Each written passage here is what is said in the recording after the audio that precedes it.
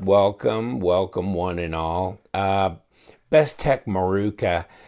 This is a Kombou design, and they say that on their page, Bestech does, on their Instagram page down here, Kombou. Now, he also, the designer, has his own Instagram page, and I'll give you the link to that. Mr. Grabarski, and he is a great designer, Polish knife designer, and he's done quite a few knives.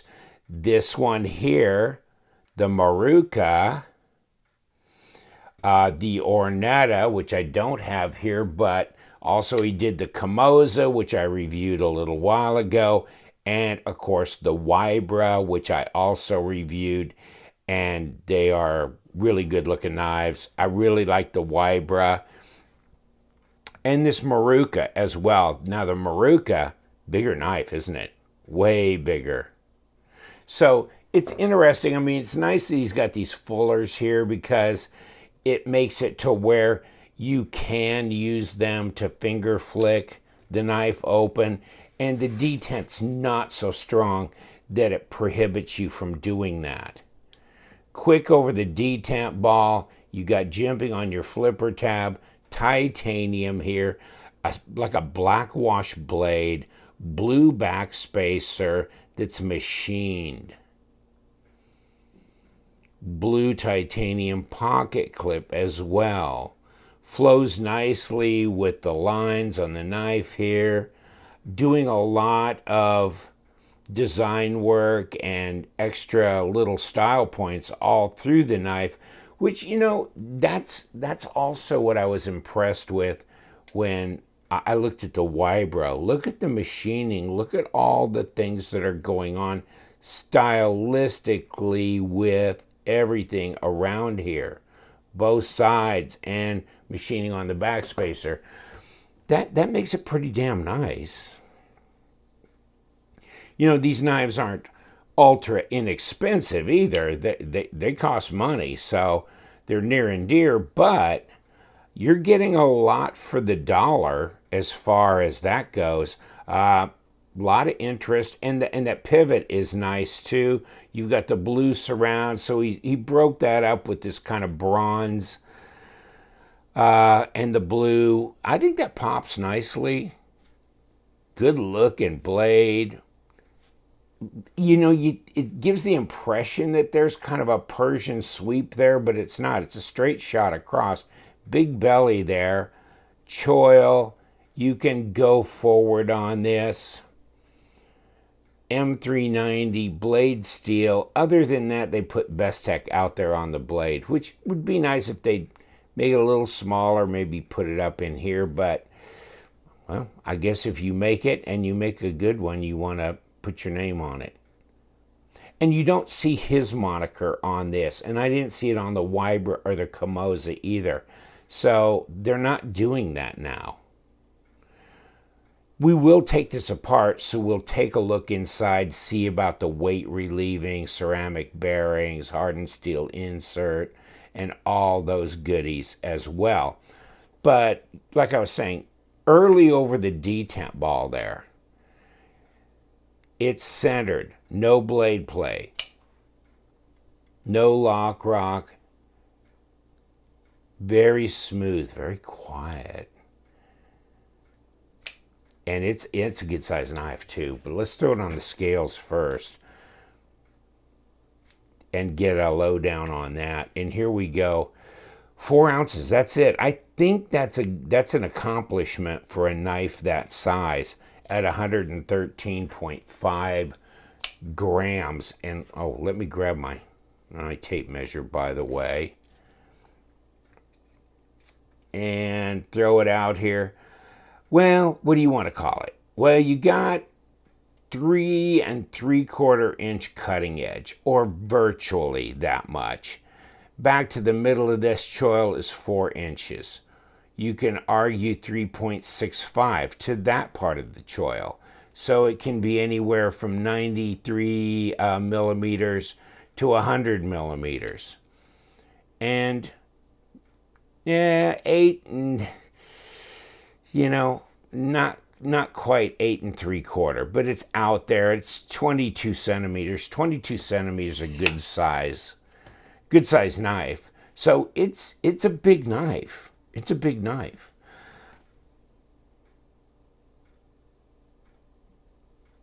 You can see the over travel stop inside the lock bar.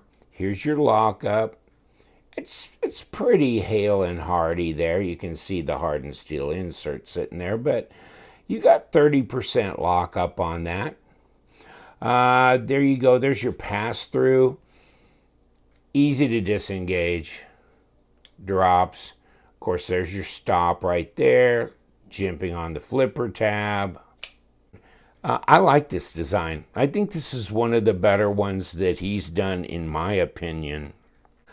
Let's look at the design flow. That's really nice here. I like the way this disappears into the bolster here. This blade very well disappears into the handle, quite a bit at least. And I think we got all the blade in there really that we practically could. And I can touch that blade. So you couldn't have done more. You could not have done more. Very nice. No danger of hitting the blade here. Now let's look at a couple of things. Number one, how thick is the handle? 0.52, so that's reasonable. Enough to get a hold of, but not too fat. 13.3 millimeters. And what do we have overall? And we got 3.7 millimeters. 0.14. So that's substantial. I'm glad they've got, or I don't know that Bestech was doing much of this, but 4 millimeters is too much. 3.5. Anywhere from 3 to 3.5, 3.7 is all you want, really, on a knife like this. Take a look at that tip, okay? Yeah, I mean, it's not hardy. It's not a real brutally, heavily reinforced tip. So it's fairly delicate. Now let's see if it'll cut anything. Okay. And if you're going to ask yourself about the M390, well, I think early models, there was one or two that we caught that were under 60 HRC. They like to argue they weren't. I'll argue, yeah, they were. But they've come up since they talked to their heat treater over there. And the last one I tested was the Kombou. And I didn't test it. I had it tested. But it was a virtual 60. It was within deviation of being a 60. So it's there. It's there. It's not 61 or 2, but it pulled right up over the bar and made it to 60. So these are really close to that, which makes them in the acceptable range from a hardness standpoint. The rest of the heat treat process, I don't know anything about. Grain refinement or how they do their tempering or that kind of thing. So, but we can tell you about hardness. This one would be a tough one to do because you got the coating on the blade. So you'd really need to take the blade off and grind a patch to take this this layer off of here and then test it. Ergos on this knife are pretty good. It's not terribly neutral necessarily. It's curved like this. So it, yeah, I mean, you get in there. It definitely puts you in a situation where you really feel these fingers locked up. And so, yeah, the purchase on the knife is pretty good in that regard. Roll it around the other way. You can kind of spread out a little bit more, and it feels more comfortable in the hand this way. I don't feel as restricted because, you come up here and there you are. Do you fit all in this space here? If not, you're overlapping in here. But you can get in there. I mean, if you got bigger hands than me, then your small finger can be there last on. And actually, mine is probably more comfortable in that position. Now you can slide up here into this choil, and then you're all in. And this is comfortable. And this is something for getting into a little bit more detailed or close-up type of work where you really need control on that tip. But you can see the fullers. I think that's a nice style point here, and also makes it fun for fidget factor, and or if you don't want to use the flipper tab. I mean, if you're radical, you could grind off the flipper tab and just do this. So it gives you that option. Something I wouldn't do, but, and there you go. Kick that out with your thumb as well. And so you can go 3 different ways: thumb, middle finger, or flipper tab. Just a damn good looking knife though. And it's not that heavy. At 4 ounces, I mean, that's pretty damn good. There's my balance point on the knife. Yeah, nice. It feels light. It feels very versatile in the hand. So this is not one of these fancy boy fantasy knives that just doesn't make a lot of sense. Actually, I think this does make sense. I could see cutting a lot of different things with this blade, and definitely piercing ability as well. But I mean, the idea of this knife not being a good everyday user, I don't know. I think so. Here's the box. Marukka. And that got me, when I posted this on my Instagram, I put Marukka. And then, of course, it was like a day later, I messaged Kombou, or, Mr. Grabarski, through his Instagram and said, yeah, this is really cool. I got this knife and I'm going to, do a YouTube thing on it. And he saw the way I spelled it and he goes, that's wrong. It's supposed to be Marukka, Marukka. And I go, well, but the store says Murukka. This is on the box, folks, so it's not just me. So somebody, wow, how do you let that get out of the factory? But it happens. It happens. How do you not spell a knife correctly? It's a model that costs $250 or whatever the hell. And so, yeah, that was a little weird. And there goes paperwork, that kind of thing. Here's your zipper pouch. And you've got a microfiber cloth on that. And you get 2 pouch areas here. So there you go, and there's your plastic for your knife. So nothing overwhelming there, but you get a zipper pouch. And you get a very structural box. I'm glad they're doing this. I got this, I'm going, there's so many boxes you kind of ripping the end tab off, or you can't get them open or something. But look at this. Boom. I mean, that's nice. Plus, it's structural. It's tough. And when you ship knives from here to there, you don't want the box to get crushed or beat up, so that's something within itself right there. Okay, let's take it apart. Let's see what we got in here.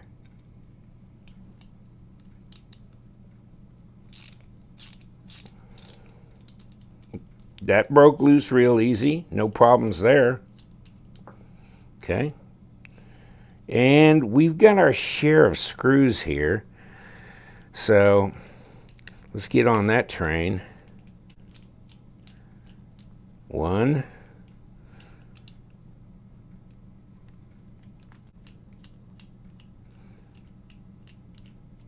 2.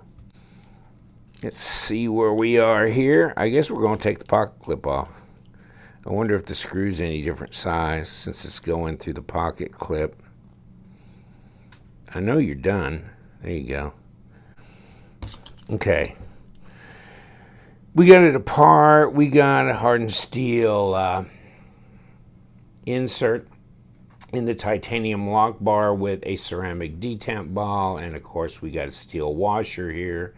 That's where the blade stop goes, and then they have weight relieved it through here. All right. Flip this around. We've got ceramic bearings, front and back. Let's take a look at this pivot. See what we have. So they flatten the end here, so when it comes through from the front and it goes to the back, there's a squared off area. You can see it right back in here that this, when it travels through, will engage with, and it'll only go there. So that stops the pivot from spinning when it goes in there. Looks like we've got it all laid out here. And of course I took the washers out and wiped them down as well. This came through from the front. And here we go. There's the surround. I did leave that in place. That can be knocked out if you want, but that's fine. And of course here's the pivot. And of course you got the squared off piece here. And I'm going to push this through. I'm going to look at this back scale, and it's got a squared off area, but it faces that way. I mean, it's on that side. So when I push this through, I want to make this squared off piece face back as well. So I want it in this position where this faces that way as well. And I've got to have a washer, and I've got to have a bearing.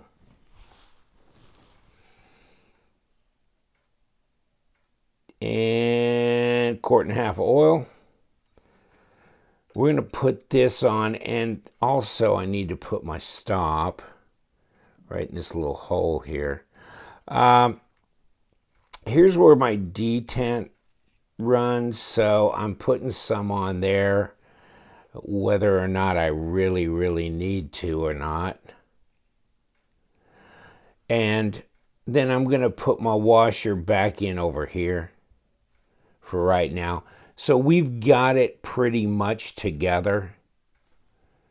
These are just body screws, pivot screw, and pocket clip. This should fit together as long as I got my pivot, flat side of my pivot facing the right way to match up. And it looks like I do. We'll double check that here, but it looks pretty good.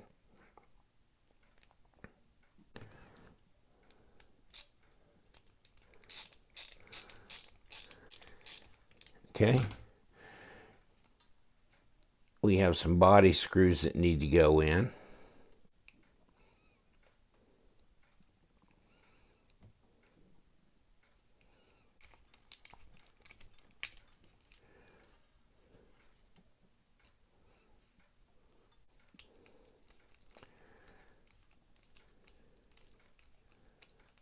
Okay, we're matched up there.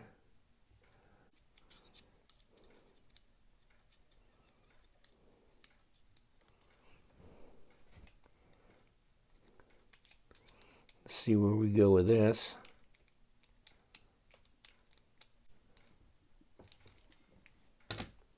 Yeah, we're centered up. Good action. Back with the Marukka. Very slender, interesting design. Really great drop on here. Nice action and quick over the detamp ball. Gives a lot of fidget factor, that's for sure, but it's sensible enough knife for everyday use, and it's definitely light enough, and especially for its size, it's fairly light at just 4 ounces right on, you know. So, ooh, it's a good one. I'm going to let you go. Thank you so much for joining me. And you know what we do around here. We love them knives. So you guys, stay sharp.